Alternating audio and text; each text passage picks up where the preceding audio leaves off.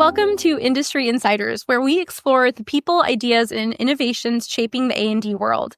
I'm your host, Stephanie Deshaies, and today we have Stephanie Deshaies, and she's going to be sharing her insights with us today from Architex. So, Stephanie, we're thrilled to have you. How are you today? I'm well. Thank you for having me, Shivani. Of course. And we're so excited to dive right in about all things Architex. And so please, feel free to start by telling us a little bit more about your background, what inspired you to get into this industry, and especially in the commercial space. Very curious about that too. Absolutely. Well, I've always been a creative. I'm a thinker, self-proclaimed design nerd, but now a textile nerd. I decided to become an interior designer in 6th grade. My father was one who liked to think ahead, and he was giving me options. I wasn't one to go to home economics. I wanted to tinker in the shop with wood and tools and draft. And so he said, you might want to think about interior design, Stephanie. Not interior decoration. He was very smart. He was like, no. And so I did some research, I looked into it, and it looked like it was for me. My mom helped a bit too, because I was midway through high school and she was talking to a friend, my daughter's going to be an interior designer. And they said, oh, well, she must be taking a lot of art classes. And I hadn't.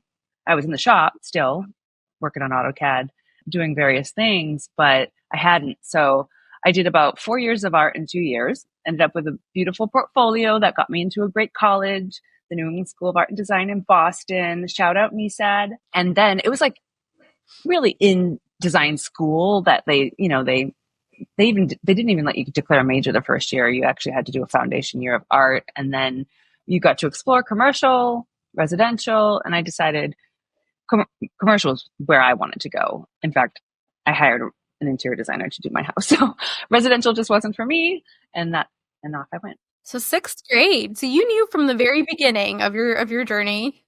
Mm-hmm. Well, I was put on a path. I think it was a good path, and I love the industry, so I'm in the right place. That's good to know. And tell me more about the differentiation. I know you mentioned you felt like residential wasn't for you. How did you come to that conclusion, or what exactly stood out about commercial for you? Well, I mentioned I'm a thinker. I really love my favorite part of the design was conceptual design, right? It was developing a conceptual framework and then using that as a guideline. And there isn't a lot. People do mood boards. I've seen it. I have clients that do residential and they're very talented, but there wasn't a lot of room for that kind of high level thought. And so I just enjoyed that part of the process. And I'm sure a lot of my designer clients do too. I hear you. So it sounds like that's what, created that pathway towards commercial. So after your career in the design sector, I know now you're specializing in textiles and fabric performance consulting. So sounds like a natural progression. What drew you to that specifically? Actually, when I was in college, first year, I was quite ambitious too. And I'd asked my professor, is there any internship I can do? And she kind of laughed because it was and I had no awareness of this at 18. But the economy was horrible. There were no jobs. And so she still put it out there, and the Architex rep in Boston needed a helper. And so I ran around with Bonnie Mompson for 3 years. And then when I actually graduated, the economy had gotten better. 10 years I'm designing. I went from Boston to Seattle, did about 10 years practicing design.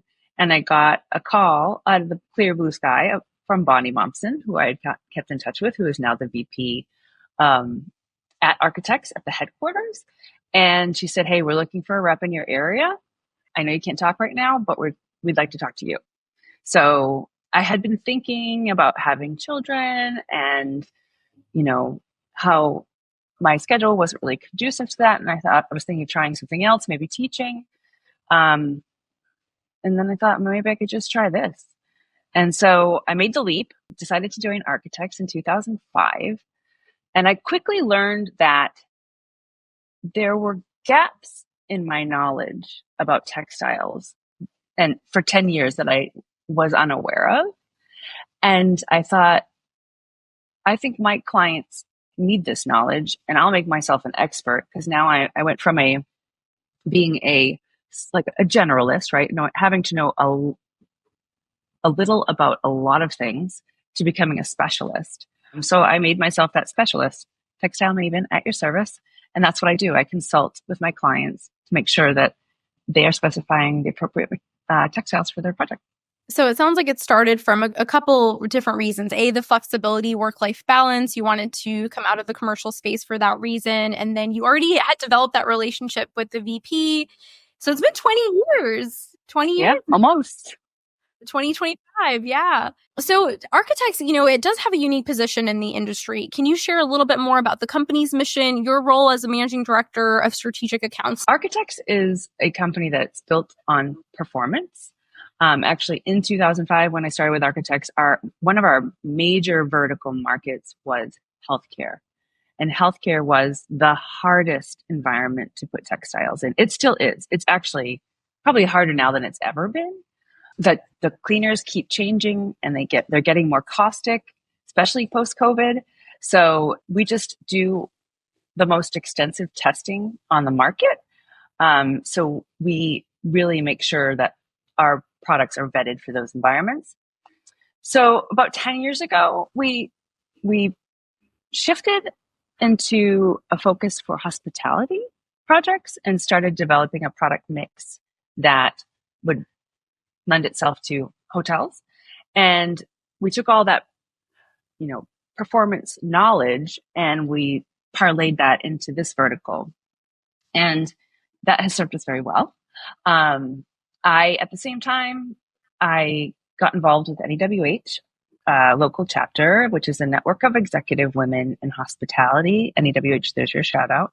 And they are the only organization a professional organization that's dedicated to just hospitality. Did the 5-year, leadership role, VP, president, executive, all the way to executive advisor. Then I took a break. And that's where I kind of developed a lot of the hospitality relationships. And then in COVID, I got tapped to become involved with an initiative that NEWH has called Brand Ed, which is a high-level brand education program that we do. And I was tapped because they needed someone who could handle high-level executives, interviewing them, moderating panels, and we took it into the virtual space. And I still sit on the board. I'm actually next year going to be the director of branded programs for NEWH on the international board. So those relationships are very valuable to architects. So my role was elevated and I develop partnerships and preferred vendor program relationships with the brand.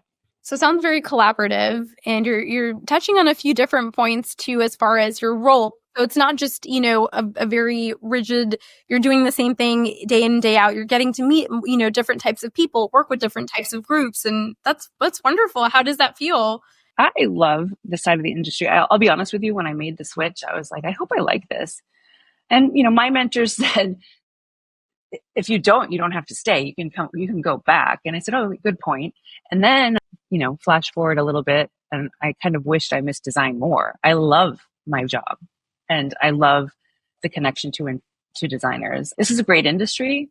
A lot of times people say you can try to leave, but you'll be back. So when you said that you had questioned yourself before making the transition or making the leap, you said, what if I don't like this? Where did that come from? Well, I guess you could say I was a designer's designer for a long time. I had even pursued interior design legislation, both in Boston, and I was the president of the coalition here in Washington. And I mean, it was kind of controversial at first, like, what? Stephanie left? Like, what is she doing? And I just used that, no press is bad press to get my name out there and get Architect's name out there. And then I just found that I really loved it and I stayed. And it, like you said, you're still in the industry in just a different way versus just being, commercial designer, and you love it and you're happy. And so it sounds like the transition worked out. It did work out. So now, thinking back, it's been almost 20 years, since you've been with Architect. So how have you seen Seattle's design landscape change? What are some unique challenges that new designers are facing today? I know one of the things that you had mentioned was in healthcare, having those stronger cleaners, and that, develop that balance for the performance fabrics that are put out today. So can you tell me more about that? Sure. I'm actually dealing with it right now. It's, post COVID, all the chemical companies were trying to get the COVID kill claim, right? The chemistry companies for these cleaners. And their job is to sell to hospitals and other organizations. Ecolab sells into, hotels as well, to get the most effective cleaner to do that. Well, these cleaners, like I said, are becoming more and more caustic, and they are destroying everything in its path, not just textiles, everything in its path. I'm dealing with one right now that is 60% alcohol. Previous cleaners were 10% alcohol or less. So that's a lot of alcohol. And the reason for this is that they kill faster before they evaporate. And so that's why facilities like them, and facilities like a hospital, are environmental services is responsible for preventing hospital acquired infection. So you really can't tell them what to clean with, right? So the facilities people would love to have a say in that, but they can't because how important that role is. So we are in a response position, right? We have to respond to the things that are being used. And I'd like to think that Architect stays ahead of it. We do the most extensive testing on the market for durability to cleaners. We've learned that with some of our clients that have some of the harshest environments, and we've learned that the industry standard just doesn't cut it, and so we go beyond that. So what are some changes you implemented to keep up with the stronger alcohol base, for example, you were mentioning? Well, pre-COVID, there were 4 cleaner types: bleach, I want to say phenolic, peroxide, and one other. And now there are 8. So we keep ahead of what's out there, and then we do the testing for it. And we work very closely with a third-party lab, and that's really important. You need to have a third-party lab, not test this internally yourself, because you need that independence. And then we have certificates for all our products. Touching more on, I know you mentioned that there's 8 cleaners versus before there were 4. And so that's a big change. Huge. Doubled. But we have tools to protect from that too. So that's great to know. And then taking a step back, I know you mentioned in your role that you get to work with a lot of people. And so you're also a mentor, right? And so how do you help, emerging designers navigate these challenges, develop their unique voice, and, also just the technical side of specification too? As a mentor, I lead by example. And this might sound strange. I've been on a mentor journey for NAWH with a new pilot program that they're doing with one designer for almost a year. And I start with self-care. I believe that if you work from the inside out, everything sort of falls in line. So a lot of times that is the way I lead and mentor. I think there's very similar. I also believe mentoring is a two-way street. You can mentor up, down, laterally, and you benefit from the relationship. So I really believe in mentoring, and I encourage designers always to seek their mentors. I have always sought my mentors, and I have had many at many levels. Not a single one has ever said no. But you can't expect that to happen organically because everyone's busy, but everyone wants to help. So I encourage people to find other professionals that they are inspired by. They can be in industry or not, and seek them out and ask them for help to get you to the next level. I'll also give you another example. I just did this yesterday. I have a group of partners I work with in the industry, and we collaborate. And for the last couple of years, I've been leading our meetings, and I asked the only male in our group if he wanted to lead and be the chair next year. And he thought, should I do that? I'm the male. And I said, well, if this was a table of men, I would want someone to appoint the female. So you have to, there's integrity in, being the change you want to see, right? Doing it. I don't know that'll change the world with that move, but I believe that it's important to demonstrate what you want to see others do. I love what you said too. I can really appreciate that. I think there's sometimes a certain fear of rejection when reaching out to a mentor or reaching out for help. And so I really appreciate when you said, just reach out, and people are busy, but and sometimes it's hard to have that organic process happen. But if you just reach out, you never know. Yeah. All they can say is no. Exactly. It's the worst that can happen, right? Yeah, exactly. So I love hearing more about your professional journey, your mentorship. And I know earlier you were mentioning your love for textiles. I wanted to touch on that too. So what excites you about textiles? How do you guide designers in selecting fabrics that meet both the performance and the aesthetic needs, especially in, commercial spaces that are challenging, like you had mentioned, healthcare spaces? So everything excites me about textiles, but I think the way I help designers is really through education, right? I feel like my job is to educate. Designers have a lot on their plate and a lot they need to do, a lot they need to know. And so that's where the consultative part of my job comes in. It's definitely a lot more work than just shipping samples around, but I feel it's probably the most important thing that I do is educate. Going back to your mentorship, so you mentioned education's important, and do you feel like that also increases the confidence of designers that you work with? I know that cliche statement, knowledge is power. Yeah, absolutely. Well, designers have to meet with various types of clients. In fact, we just had a few at the studio last night that were talking about the challenges of the current projects they have now. And what they have to navigate is so much more complicated than textiles. So what I give them the confidence of having a resource that they can depend on that it doesn't even have to be my fabric, right? They know I can call Stephanie about that. I don't need to have that knowledge right now. I've got other things I need to think about. I've got these other challenges on my project. How can I take something off my plate, right? So I take that off their plate. It sounds like that's what you really help them with, that portion of their process, but that still lightens their load. And so you're building that relationship over time. Mm-hmm. Yeah, absolutely. I love that. And I have so much respect for you. That's really amazing to think about that long-term collaboration and you being a support system in that section of the design process. So, Stephanie, can you please share with us how fabric technologies have evolved and any recent trends that may surprise our listeners? I know you mentioned going from the 8 solution or from the 4 solutions to the 8. So feel free to expand on that as well. Sure. Well, I think what I'm enjoying seeing is that there's been a shift in mentality from a sustainability standpoint, going from things like recyclability to more of no harm to humans and embodied carbon, some sensibilities that decades have been important to Europeans are now here. And that's always been something that Architex has been proud of. Most of our textiles are Ecotex 100 certified, which I love to talk about on air because not many people know about it. It's a European standard that means no harm to humans.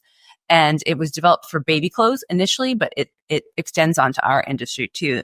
It means that at no point, it governs that, when you're certified, that at no point in making the textile, in the production, or after the textile is made, or if it degrades, and a harmful toxin can get into your body at no point.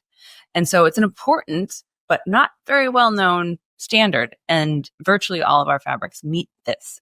So then this new emphasis on no harm to humans and toxicity or no toxicity, or move to lesser and no toxicity, right? It's something that's always been really important to architects. Maybe not so surprising, but I'll just mention it. We are undergoing a sustainability renaissance in the US. It was really important years ago, and then it kind of went quiet. And now, it's bubbled up to the surface again and everyone's talking about it. And I actually was so curious. I was just talking to everybody about it. Like, where's this coming from? And I was told by some of the brands that it's our customers. Our customers are driving this. So instead of A&D driving it, architecture and design community, it's coming from the end, the actual users of spaces. So much so that I was told by a hotelier that in their research, they found that their their guests would spend $50 or more a night if they could prove and promise that there were no harmful toxins in their hotel room. So it sounds like a safety issue and that reassurance that I'm breathing and living in a clean space. Talking more about sustainability and this increase in sustainability from the consumer standpoint, how has Architex adapted to that over the years to meet that changing demand from the consumer? Are there any other specific standout moments you can think of or any innovations? I'm so glad you asked because this is what I'm talking about. I've been talking about for a year. So you may know, and many do, that PFAS has been banned by the EPA. It was banned in January of 2023. It's been in the news. There's been lots of, talk about it now and awareness. Where PFAS exists is in the fabric protection technology. There's brand names, Kryptons, Altas, Nanotex, there's more, but that's where it existed. And so it was no longer allowed. So all those companies had to reformulate. And what we lost was oil repellency because PFAS or fluorocarbons are very good at repelling oil. So what we were left with is water-based stains, which is a problem for our industry. There's lots of oil-based stains, think food and beverage, human body oil, all of the things, right? Lotions. So that's all the bad news. The good news is for the past 2 years, maybe 2.5 at this point, we had been testing a new fabric protection technology, which is PFAS-free and takes a completely different approach to what we had in the past. And so it's actually better and less toxic, no PFAS. And then brought back oil repellency. But then it did other things, like you could change the flammability of a textile without the use of fire retardants. I mean, that's where the EPA should have gone first, right? Those are highly toxic, those flame retardants, right? They've banned them from all kinds of things, from baby clothes to, mattresses or baby mattresses. And so that's an excellent added benefit. And then it can do things like, change the light fastness of a fabric without, just by the nature of the way it works, right? And we've never had that before. It can provide, it does prevent mold, mildew, and has antimicrobial properties without the use of antimicrobials, which are also controversial. So it does a lot more than what our other fabric technologies did, and it's PFAS-free. That's very exciting, and I'm glad that you're talking about this. Unfortunately, I didn't know that even antimicrobial properties could be toxic. That's new. Depends on what they are, but it's not necessarily. And Kaiser Permanente did their own study on this, I want to say in 2004, and they don't allow antimicrobials anyways. But their position paper was threefold. It was, concern about making superbugs, right? It was, they had done their own studies and there were, concerns that the efficacy wasn't there. So you're paying for something that doesn't necessarily, do anything to help. And then third is they were concerned if these antimicrobials got off of the fabric and into the ecosystem, that it could disrupt the balance in nature. And we wouldn't know that for decades. When you mentioned earlier about this difference in time, it sounds like European countries have always been ahead of these topics and in sustainability and non-toxic materials. Why do you think there's a lag between when the US catches up? I mean, I think we see differences in all countries. I mean, I don't feel like an expert in that subject, but, they definitely do have different mentalities, and, recyclability is great. I love a good upcycle, right? There's a lot of, embodied energy in that too. And you have to look at the balance between those two things. And I think it's widely discussed. I'm not saying anything new, but, it's really, a lot of times when people ask me like, what's your sustainability standpoint? And I just ask them, what's their value system? Because a lot of times you can't hit all of the pillars, right? You want it to be, closed loop. You want it to be, is it social equity? Is it toxicity? What is it? What are you trying to hit? A lot of times you can't hit everything all at once. Right. So it sounds like it depends on the person's values because it's challenging. You're absolutely right. It's very hard to do it all and to meet all those criteria because some of them can contradict each other, right? They can. Conflicting objectives. It happens all the time in every type of project. That's understandable. So we talked about sustainability and, going a little bit deeper into Architect's role as far as initiatives. So any other recent initiatives that you're particularly passionate about? Yeah. I am super proud that we are members of the Sequal initiative. And if you're not familiar, that is the initiative that we help fund, along with many others. A lot of fashion brands do as well, where they clean the ocean of marine plastic and upcycle it into yarn. So we now have several products that use the Sequal yarns. And I know I've talked to marketing. I know we're planning to do more because they're beautiful and they are solving a huge problem in this world. And what is the fabric called one more time? Sea quality. Sequal. Okay. Sequal. Mm-hmm. And that's in progress right now. Or has it already We have launched? textiles with those yarns in it now.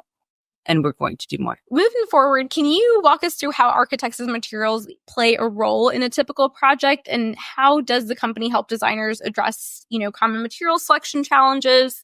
We do all of the things textiles, but only textiles, right? We're not a company that dabbles in wall covering, or we're all textiles all the time. And that's upholstery, panel fabric, drapery, with again an emphasis on performance fabric. I mean, I think what I'd go back to is really consulting, educating. A lot of times going to sound simple, but I start with the cleaner and I work backwards, right? What are you going to clean this with? What is your threat in your environment?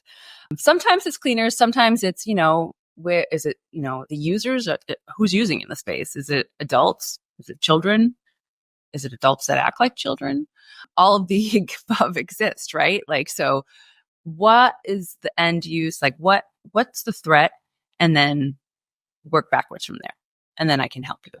And so it's just a couple of very simple questions, right? Right. So it sounds like that's how you problem solve. And again, going back to the point of mentorship and knowledge and education, those are all really important values to you. So Stephanie, tell me more about what additional future innovations in design materials are you most excited about? I know we've touched on a few so far. We recently started selling upcycled leather and upcycled suede, or as I like to call it, cow by the yard. And I think, and it's a performance, surprise, it's a performance product. I think it solves two problems, right? You now have leather and suede that, we can protect. And then the other problem is, dealing with hides is difficult. It's a twofer and it's beautiful. So that's a third wonderful point. So hopefully we'll see more of that. Right now we just have the two products, a leather and a suede. The leather has the fabric protection technology that I just spoke of, which I forgot to mention. The name of it is What a Shield. Our suedely adorable little name has What a Shield stocked on top of it because suede, right? I mean, I can't keep my suede boots clean. I don't know about you.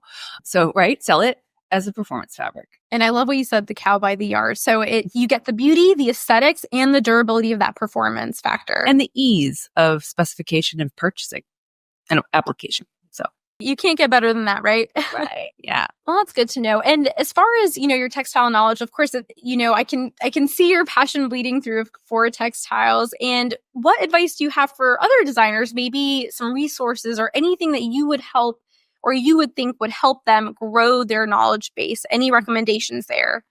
Yeah, I talk about that a lot. So specifically with textiles, I think a great, third-party resource is the Association of Contract Textiles. And they have a great website and definitions are, they have all the performance standards. They are the organization that sets the industry standard for commercial performance. And they have all of their definitions right there on the website. So if there's something you just don't understand and you don't feel comfortable asking, I will tell you, something I really love, and I was just talking about this today, is from a leadership standpoint, I often give out, there's a couple of books that I give out, and they're both from John C. Maxwell. And he has many, and I love them all, but my favorites are the 5 levels of leadership. And the other is becoming a person of influence, which talks more about mentorship. I think those are fantastic reads for anybody at any level of your career. That's great to know. Thank you for sharing that with us, Stephanie. And I'll be sure to check that out too. I'm interested. So any other advice as far as just design professionals wanting to work with architects? Where can they start? What's the process look like? Where can listeners go to learn more about architects and the services that you provide? Yeah. So start with our awesome website. We're very proud of it. And shout out to our VP of marketing. She did a brilliant job, and her whole team just keeps making it get better and better. We're on probably 2.0, 3. We're on 4.0 now. It's fantastic. And it has so many amazing resources and information, including like a textile lexicon. So if you're defining literally everything, if you want a textile dictionary, go to our website. Downloadable rendering textures. It's all right there. So it's very easy to use. I say it's as easy as Amazon and as powerful as Google for textiles. For textiles. Okay. That's great to know. And Stephanie, it's been so great to, chat with you to learn more about textiles and your journey with Architex. Truly, thank you so much for your time. And just wanted to add in, I know you're also a motivational speaker. So what core message to end the episode do you aim to share with designers and design professionals today? I'd probably put it like this: courage, tenacity, with a sprinkling of vulnerability. I'm a storyteller, and I often use myself and my experiences to share with others so that they can be lifted up and benefit from learning from even my mistakes. I'm fine with that, right? Hey, we all learn them, and why not give the future, of the profession a leg up, right?